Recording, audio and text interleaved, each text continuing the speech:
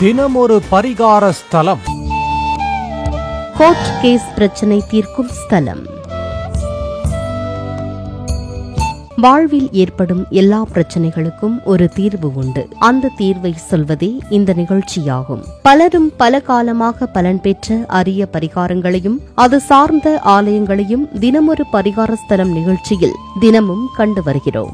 அதில் இன்று court case பிரச்சனை தீர தரிசிக்க வேண்டிய ஸ்தலத்தை பற்றி காண இருக்கின்றோம். இத்தலத்தின் சிறப்புகள்.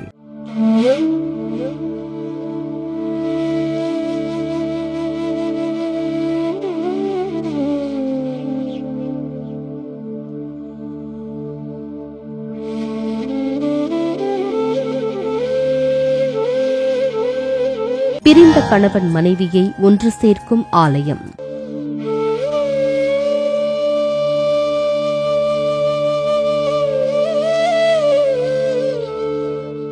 சிவபெருமானை பித்தா என்று அழைத்த சுந்தரரை ஈசன் ஆட்கொண்ட ஆலயம். கோர்ட் கேஸ் பிரச்சனைகளை தீர்க்கும் ஆலயம். ஆம் நேயர்களே, இன்று நாம் தரிசிக்க இருக்கும் ஆலயம் விழுப்புரம் மாவட்டம் திருவெண்ணெய்நல்லூரில் கூடிக்கொண்டிருக்கும் அருள்மிகு கிருபாபுரீஸ்வரர் ஆலயம்.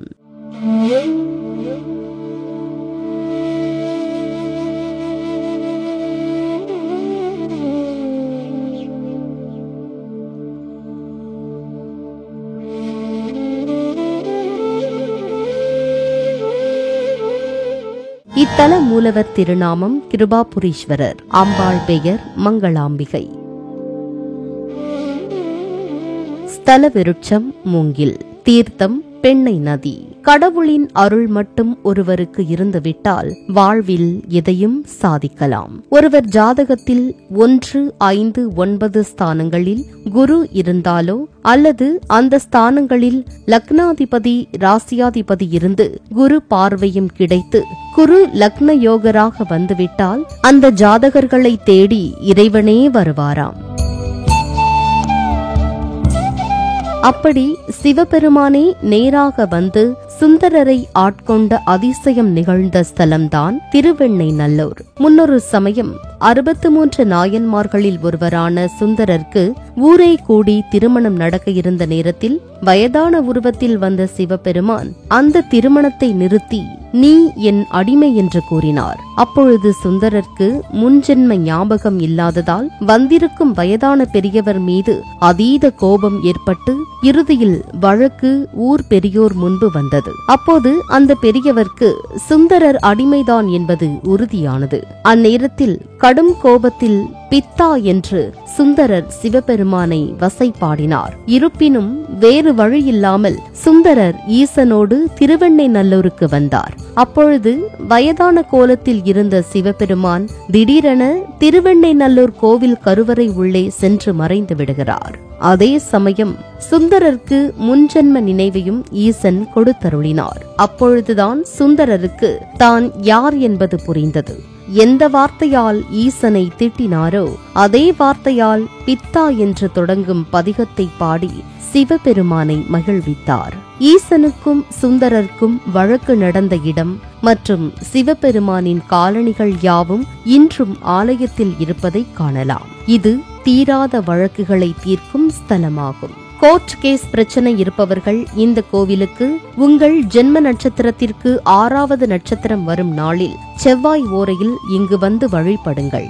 நியாயம் உங்கள் பக்கம் இருந்தால் நிச்சயம் உங்களுக்கு சாதகமாக தீர்ப்பு வரும். மேலும் பிரிந்த கணவன் மனைவி மீண்டும் ஒன்று சேர உங்களுக்கு திருமணமான கிழமையில் குரு ஓரையில் 9 வாரம் தொடர்ந்து மங்களாம்பிகைக்கு அர்ச்சனை செய்து வழிபடுங்கள். நிச்சயம் பிரிந்தவர்கள் மீண்டும் ஒன்று சேர்வார்களாம். அடுத்து நாம் காண இருப்பது இன்றைய பரிகாரம். இது ஒரு அரிய பொக்கிஷம், அதனால் குறித்து வைத்துக் கொள்ளுங்கள்.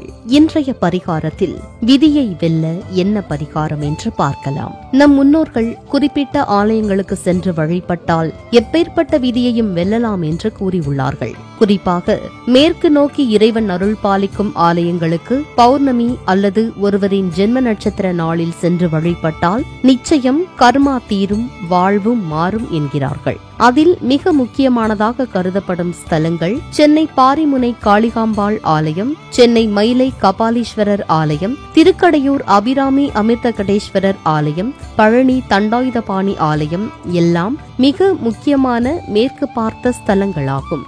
நேயர்களே, மீண்டும் நாளை தினமொரு பரிகார ஸ்தலம் நிகழ்ச்சியில் மற்றுமொரு கோயிலை தரிசிக்கலாம். நன்றி, வணக்கம். கோர்ட் கேஸ் பிரச்சனை தீர்க்கும் ஸ்தலம்.